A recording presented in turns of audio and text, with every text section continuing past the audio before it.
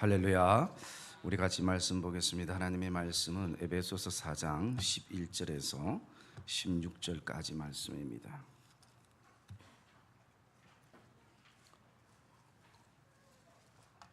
에베소서 4장 11절에서 16절까지 말씀입니다.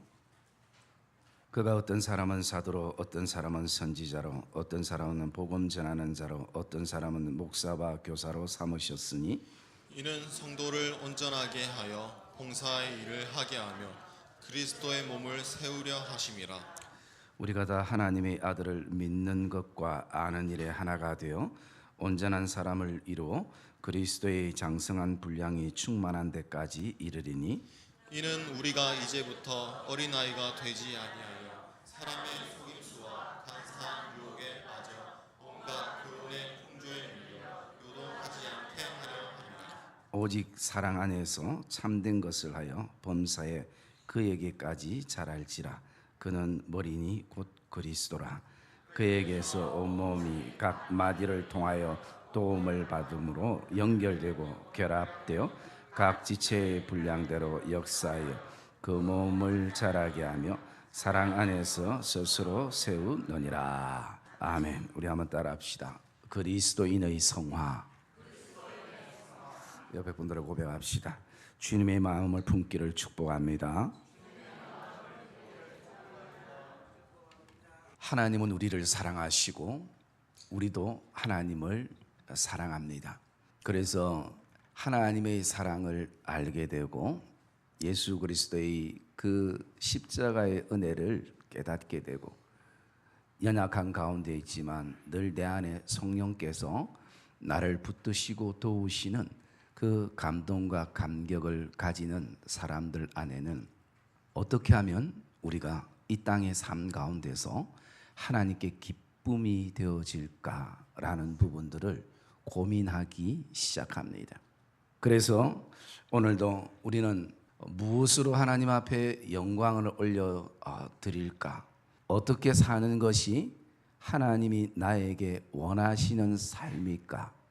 라는 부분을 스스로 사랑하는 하나님 때문에 행복한 고민을 가지기 시작합니다.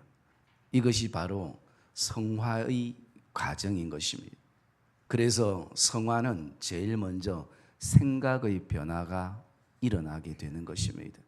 우리의 삶의 변화 이전에 나의 생각의 변화는 그때그때 바뀌는 어떤 결정되는 생각이 아니라 우리의 가치관의 변화들이 일어나는 것입니다.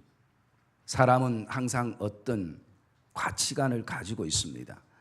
이 관이라는 것은 개념, 생각이라는 의미고 무엇을 바라볼 때 어떤 가치로 바라보는가, 그 가치관들이 하나하나 모여질 때에 그 사람들에게 살아가는 가치관이 되어지고 그 가치관이 커져 나갈 때 그것이 자신의 세계관이 되어지는 것입니다. 그래서 오늘도 하나님의 사랑을 아는 사람은 늘 하나님을 위해서 살고 싶은 그런 마음들이 일어나기 시작합니다. 어쩌면 오늘도 저와 여러분들이 이 예배함으로 나온 이 자리도 하나님의 기쁨과 즐거움이 되기 위해서 여러분들이 한 주를 준비하고 이 주일을 또 기다리고 하나님이 가장 기뻐하는 예배함으로 나가는 그런 시간들이 되어지기도 하는 것입니다. 그래서 이 성화되어진다라는 것은 시간의 문제가 아니라 가치의 문제인 것입니다. 이 성화되어진다는 것은 세월 속에서 자연 성장을 말하는 것이 아니라 우리가 세월 속에서 시간을 보내면 또 아이가 청년이 되고 청년이 어른이 되고 어른이 노인이 되는 그런 자연 성장이 아니라 거기에는 성숙됨, 그리스도인의 성숙됨을 성화라고 얘기를 하고 있습니다. 오늘 본문에도 바울 사도가 에베소 성도들을 향해서 이렇게 권면을 하고 있습니다. 13절에 보면 우리가 다 하나님의 아들을 믿는 것과 아는 일에 하나가 되어 온전한 사람을 이루고 그리스도의 장성한 분량이 충만한 데까지 이르리니 라고 말씀해요. 믿는 것과 아는 것에 하나가 되어 온전한 사람이 되어. 그래서 여러분, 이 믿는 것이라는 것은 그리스도의 완전함을 말하고 있습니다. 그래서 우리 그리스도인들이 하나님의 거룩을 잊게 된 것은 존재적인 거룩함을 잊게 되는 것입니다. 이것은 우리의 어떤 의가 아니라 하나님의 은혜, 십자가의 은혜를 통하여서 그리스도인이 완전해졌다라는 것입니다. 이것은 한 번에 단일화되었던 시간들인 것입니다.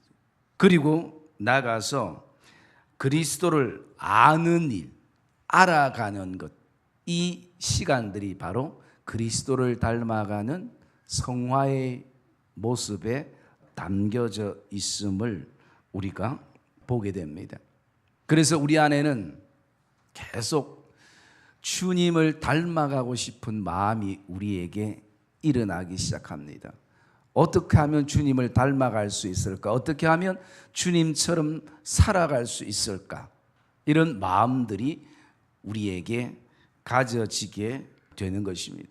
그래서 빌립보서 2장 5절에 보면 너희 안에 이 마음을 품으라 곧 그리스도 예수의 마음이니 라고 말씀합니다. 성화는 주님의 마음을 품는 것입니다. 그래서 이 성화라는 것은 우리가 육체적으로 주님을 닮아간다는 그 의미보다 우리 안에 인격적인 성품적인 부분들이 주님을 닮아가는 과정을 말씀합니다. 그러면 주님의 마음이 무엇인가? 다른 성경에 보니까 주님의 마음을 태도라고 번역해 놓았습니다. 하나님을 향해 가지는 생각의 태도, 교회를 향해서 가지는 우리 믿음의 태도, 성도들을 향해서, 가족을 향해서, 또 우리에게 주신 직장과 일터와 사업처를 향한 믿음의 태도, 그 태도가 주님의 마음이라는 것입니다. 예배를 드리는 태도, 예배를 향한 마음의 태도. 그래서 주님의 마음을 품는 것은 주님의 태도를 가지는 것입니다. 삶의 모든 부분들은 태도에 의해서 결정이 날 때가 있는 것입니다. 태도라는 것은 그러기에 더욱더 중요하고 믿음의 태도와 신앙적인 태도는 더더욱 중요함을 우리가 느끼게 되고 알게 되는 것입니다. 오늘 11절에도 하나님께서 어떤 사람은 사도로, 어떤 사람은 선지자로, 어떤 사람은 복음 전하는 자로, 어떤 사람은 목사와 교사로 삼으셨으니 라고 말씀할 때요, 어떤 사람이라는 것은 그리스도인을 말하고 있고, 이 그리스도인은 예수를 통해서 온전케 된 사람, 그리고 사도로, 선지자로, 복음 전하는 자로, 목사로, 교사라는 것은 그 직분을 통해서 주님의 마음을 품고 주님을 닮아가는 성화의 과정에 있는 그리스도인들을 말씀을 하고 있습니다. 그래서 이들을 통해서 성도를 온전하게 하고 봉사하는 일을 하게 하고 그리스도의 몸을 세워나가는, 나아가서 16절에 보면 그에게 온몸이 각 마디를 통하여 도움을 받음으로 연결되고 결합되어 각 지체의 분량대로 역사하여 그 몸을 자라게 하며 사랑 안에서 스스로 세워나가느니라 라고 말씀합니다. 교회는 단지 건물이 아니라 진정한 교회는 성도들이고, 성도는 머리 대신 예수 그리스도를 통해서 어떤 분은 그리스도의 손의 역할을, 어떤 분은 그리스도의 심장의 역할을, 또 어떤 분은 그리스도의 발의 역할을, 어떤 분은 그리스도의 입의 역할을 통해서 한 곳도 고장나지 않고 한 몸을 이루고 나가는, 때로는 한 곳이 고통스러우면 그 고통을 함께 할 수 있고, 한 곳에서 즐거움과 기쁨을 가지면 함께 기뻐하고 즐거워할 수 있는, 함께 웃을 수 있고 함께 웃는, 바로 그것이 교회이고 그리스도의 몸인 것입니다. 성화되고 성숙된 사람들은 오늘도 내가 교회에 어떤 지체의 역할을 하고 있는지, 그것이 사람들에게 많이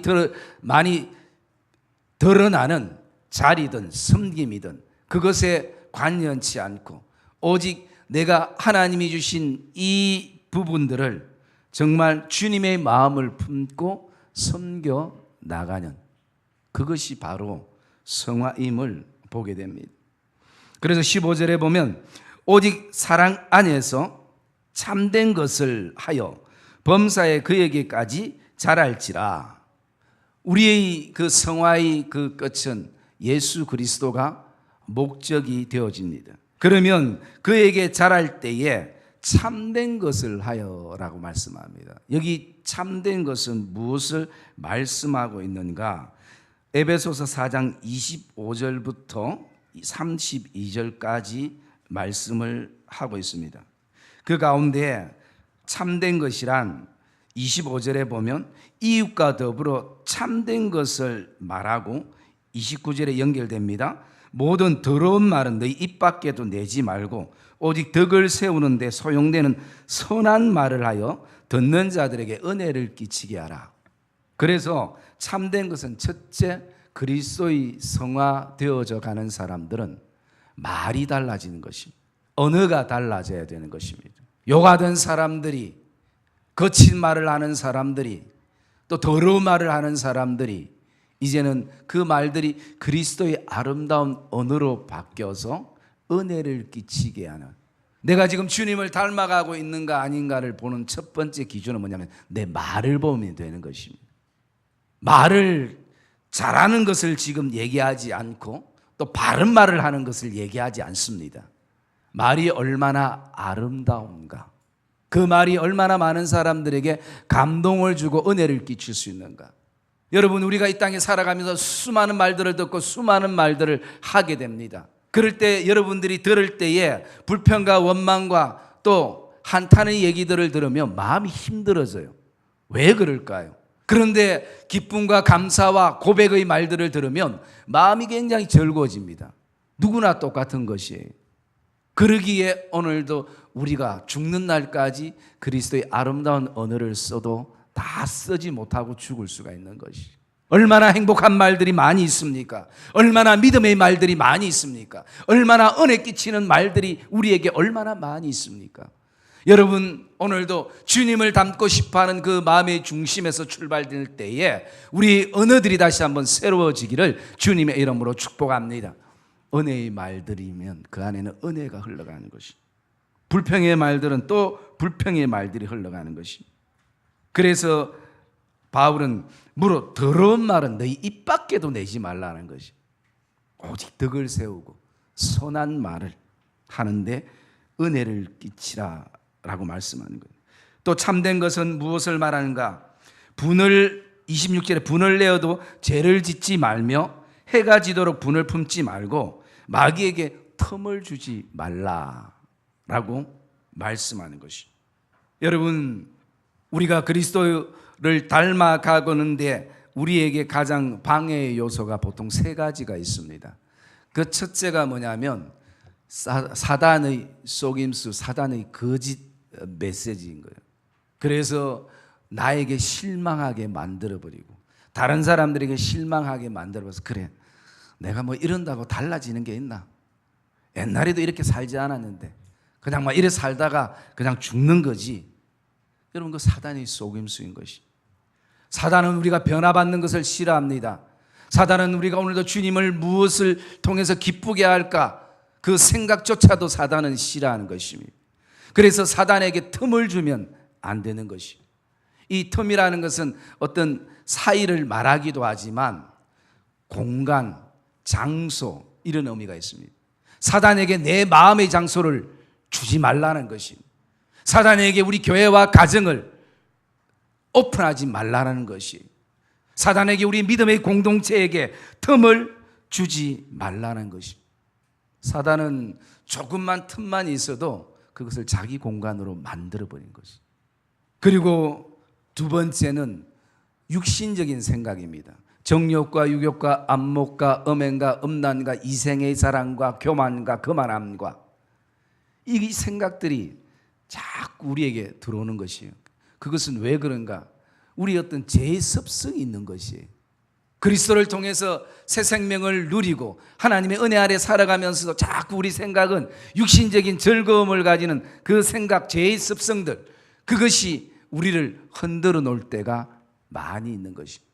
그리고 세 번째는 과거의 어떤 우리의 삶의 어떤 상처와 아픔의 어떤 인생의 쓴뿌리들. 그래서 과거에 주님을 알기 전에 깨어졌던 자들, 삐뚤어졌던 자들, 잘못된 자들, 깊은 내면 안의 상처와 그 쓴뿌리들. 여러분, 상처와 쓴뿌리를 그리스도의 보혈로 덮는 은혜들이 있기를 주님의 이름으로 축복합니다. 여기서 자유하지 못하면 두 가지 반응이 나오는 것이에요. 한 가지는 계속 폐쇄적입니다. 자꾸 다른 사람을 향해서 자신을 보호한다는 측면에서 담을 쌓게 돼요. 그 담을 쌓게 되면 남이 나를 못 봐서 굉장히 편하고 좋은데 나도 남을 보지 못하는 것이. 여러분, 그리스도는 하나님과 우리의 담을, 이웃과의 쌓여있는 죄의 담을 그리스도의 십자가의 은혜로 무너뜨렸던 사실을 확신하기를 주의 이름으로 축복합니다. 그리고 또 한 가지는 굉장히 공격적인 것입니다. 내가 공격을 해야 저 사람에게 무시당하지 않는다 생각하는 것입니다. 내가 공격하지 않으면 저 사람이 나를 공격할 것에 대한 두려움을 늘 가지고 염려하고 걱정하고 있는 것이. 그래서 저 사람이 아무 그것이 아니라도 내가 일단 기선제압을 해야 그게 편하다고 생각하는 공격적이고 비판적인, 우리가 쓴뿌리와 상처에서 회복되지 못하면 바로 아주 폐쇄적이 되거나 사람이 공격적이 되어지는. 그래서 오늘 우리에게는 이 내적 치유가 필요한 것이다. 하나님은 우리의 육신적인 것도 치료하지만 우리의 마음을 치료하시는 분인 것을 저와 여러분이 기억하시기를 주님의 이름으로 축복합니다. 그래서 분을 내어도 죄를 짓지 말고 해가 지도록 분을 품지 말고 마귀에게 틈을 주지 않아야 되는 것입니다. 그리고 또 한 가지 참된 것은 자기의 손으로 수고하여 선한 일을 하라는 것입니다. 도둑질하지 말라라는 것입니다. 이것은 다른 사람의 소유나 또 사람이나 그리고 또 나가서 하나님 앞에서 우리의 어떤 시간이나 에너지나 또 하나님이 우리에게 주신 삶의 은사들, 이런 것에 대해서 우리가 정말 하나님을 위해서 내 손으로 수고하여 수고하는 목적은 선한 일을 하기 위함인 것이.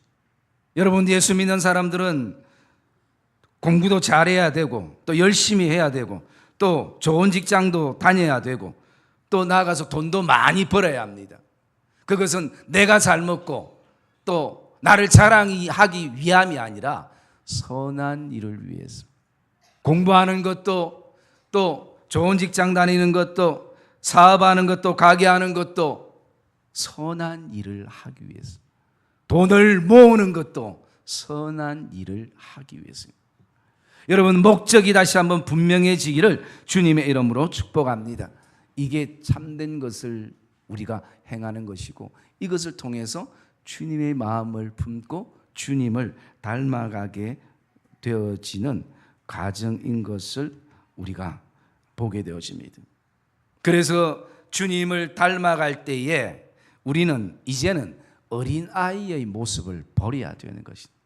여러분, 예수를 10년 믿고 20년 믿어도 자기에게 아무런 변화가 없다면 결단해야 합니다. 이렇게 나를 바꾸지 못하는 예수를 계속 믿어야 될지 아니면 나에게 문제가 있는지 결단해야 되는 것이에요. 이것도 아니고 저것도 아니고 그냥 교회에 주일날 성경책만 들고 한번 예배 드리는 것으로 신앙생활 한다면 그것은 물론 예배는 드려질 수 있지만 삶의 예배로 연결이 되지 않는 것이. 여러분, 나를 바꿀 수 없는 그 하나님, 나를 바꿀 수 없는 그 복음을 우리가 왜 시간 낭비하면서 믿어야 될까요? 분명 저와 여러분들 안에는 오늘도 그리스도처럼 성숙된 모습이 다시 한번 그리스도의 은혜 가운데 성령의 감동 가운데 이루어지기를 주님의 이름으로 축복합니다. 그러면 어린아이 일들이 버려져야 되는 것이, 어릴 때의 그 습관들이, 여러분 나이 20살 됐는데 아직도 기저귀를 차고 있고 나이 30살 됐는데 아직도 젖병을 빤다면 특별한 경우 외에는, 육신적인 어떤 정신적인 연약함 외에는 문제가 있지 않습니까?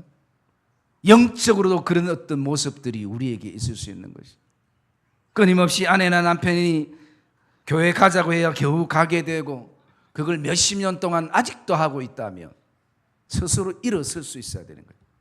성도는 자라야 되는 것입니다. 교회는 자라야 되는 것입니다. 믿음은 자라야 되는 것입니다. 왜? 생명력이 있기 때문인 것입니다. 14절의 말씀에 보니까 이는 우리가 이제부터 어린아이가 되지 아니하여, 이 어린아이의 모습이 어떤 모습입니까? 사람의 속임수에 잘 넘어간다는 거죠. 왜 그렇습니까? 하나님에 대한 관심보다는 사람에 대한 관심이 더 크기 때문인 것이죠. 물질에 잘 쏘가 넘어간다는 것이죠. 왜 그렇습니까? 하나님에 대한 관심보다는 물질에 대한 관심이 더 크기 때문인 겁니다. 건강의 문제에 잘 넘어간다는 것이 하나님보다는 내 건강에 더 관심이 많기 때문인 것이죠. 그리고 간사한 유혹에 잘 빠지는 것이, 왜? 판단력이 흐리는 거죠. 그냥 젖병 물려주면, 사탕 한 개 주면 다 해결되는 것이. 여러분, 저와 여러분이 신앙의 어린아이 울음을 이제는 멈추기를 주님의 이름으로 축복합니다. 늘 풍조에 밀려 요동하게 되어지는 것이, 바람이 불 때마다 흔들리는 것이. 여러분, 우리는 이제는 성숙을 향해 나가야 될 줄 믿습니다. 그게 주님이 원하시는 것이고, 이 땅에서 오늘 하나님께서 우리에게 원하시는 삶이 되어지는 것입니다. 그리고 또 오늘 바울은 이방인을 비유해서 이렇게 말하고 있습니다. 17절부터 19절까지 보면 이렇게 말하고 있습니다. 이방인들을 본받지 말라. 여기 이방인이라는 것은 하나님을 알지 못하는 사람들을 말하고 있습니다. 그래서 하나님에 대해서 전혀 관심도 없고 그리스도의 성화에 대해서도 관심 없고 주님을 닮아가는 것도 관심 없고 그냥 이 땅에 내 기분대로, 내 감정대로, 내 생각대로 그냥 살아가는 사람들. 17절에 보니까 그 마음에 허망한 것을 행한다라는 것이, 허망한 것인 줄 알지 못하고 그 허망한 것을 행하는 사람들. 그 다음에 총명이 어두워지고 주님에 대해서 무지함, 그리고 18절에 마음이 굳어지는 사람들. 나아가서 이런 사람들이 19절에 보면 감각이 없는 자가 되는 거예요. 여러분, 그런데 문제는 오늘 우리가 묵상해 봐야 될 것이, 그냥 하나님을 알지 못하는 자들이 이렇게 살아가는 것은 너무나 당연할 수 있는데, 하나님을 아는 사람들 가운데, 그래도 예수 믿는 사람들 가운데 혹시라도 내 안에 오늘도 마음에 허망한 것을 쫓고, 그리고 하나님에 대한 지혜가 점점 어두워지면서 나아가서 하나님에 대해서 너무나 무지한, 하나님을 알지 못하고, 그리고 더 나아가서 신앙의 감각이 없는, 아무리 찔러도 찔리지 않고 아파하지 않고 아무리 은혜를 줘도 그것이 은혜인지 발견하지 못한다면 여러분 너무나 안타까운 모습이 될 것입니다. 여러분, 저와 여러분들이 정말 주님을 닮아가고 싶은 결단이 저와 여러분 안에 있다면 오늘도 마음에 허망한 것들을 다 주의 보혈로 덮으시고 하나님을 더 알아가는 시간들이 되시고 다시 한번 신앙의 감각을 찾기를 주님의 이름으로 축복합니다. 우리가 다른 데서는 좀 둔해도 신앙만큼은, 믿음만큼은, 하나님에 대해서만큼은 예민한 자로 오늘도 믿음의 옷깃을 열미고 항상 긴장하며 저와 여러분들이 나가는 믿음의 성도들이 되시기를 주님의 이름으로 축복합니다. 여러분, 그리스도를 닮아간다는 것은 행복한 것입니다. 주님의 마음을 품고 살아간다는 것은 즐거운 것입니다. 오늘도 나를 통해서 그리스도의 성품이 흘러가서 많은 사람들에게 그리스도의 향기가 되고 많은 사람들에게 빛과 소금이 된다는 것은 얼마나 여러분 그것만 묵상해도 우리의 마음을 행복하게 하는 줄 모른다는 것이. 우리는 과거에도 많은 사람들을 만났고 현재에도 많은 사람들을 만나고 앞으로도 또 많은 사람들을 만나게 될 것입니다. 그런 가운데서 그 만남들 가운데 복된 만남이 되어지고 나를 통해서 주님을 보게 되어진다면, 나를 통해서 하나님을 보게 되어진다면 그것처럼 행복한 삶이 어디 있겠습니까? 그래서 사도 바울은 이렇게 고백합니다. 내가 그리스도를 본받는 것 같이 너희도 나를 본받는 자가 되라. 어쩌면 그것은 교만한 말이 아니라 내가 죽도록 평생 그리스도를 본받아 살아가는 것, 이 삶처럼 너희들이 주님이 보이지 않는다면, 하나님이 아직 보이지 않는다면 내가 주님을 닮아가는 것처럼 너희가 나를 본받는 자가 되면 주님을 본받는 자가 되어진다는 것입니다. 여러분, 그래서 앞에서 섬기는 분들, 또 교회에서 집에서 제일 먼저 예수를 믿은 분들, 그분들의 그 주님의 닮아가는 그 모습은 믿음의 후배들에게 도전이 되고 기감이 되고 또 감동이 될 것입니다. 사랑하는 믿음의 성도님들, 오늘도 저와 여러분들 그리스도를 닮아가고 그리스도의 마음의 태도를 품고 살아가는 것이 저와 여러분 안에 또 작은 소망이 되어주시고 삶의 기쁨이 되어주시며 또 저와 여러분을 통해서 그리스도의 그 풍성한 아름다운 성품들이 흘러나가는 그런 복된 성숙된 그리스도인들이 되어주시기를 주님의 이름으로 축복합니다. 그래서 여러분, 교회는 다툼이나 싸움이 절대 있어서는 안 되는 곳입니다. 왜냐하면 아이들이 잘 싸우는데 그 싸움의 끝은 뭡니까? 서로 억울하다고 우는 것이에요. 서로가 억울하다고, 서로가 분하다고, 자존심 상한다고. 여러분, 누가 그것을 원하고 있는가? 사단이 원하고 있는 거예요. 그래, 잘한다. 그래야지 교회가, 가정이 다 깨어지지. 여러분, 하나님이 우리를 찾으실 때는 목적이 있습니다. 우리를 통해서 이 땅의 그리스도의 편지로 성숙된 삶의 모습을 통해서 하나님이 영광을 받으시기 위해서 우리를 찾으시는 것이.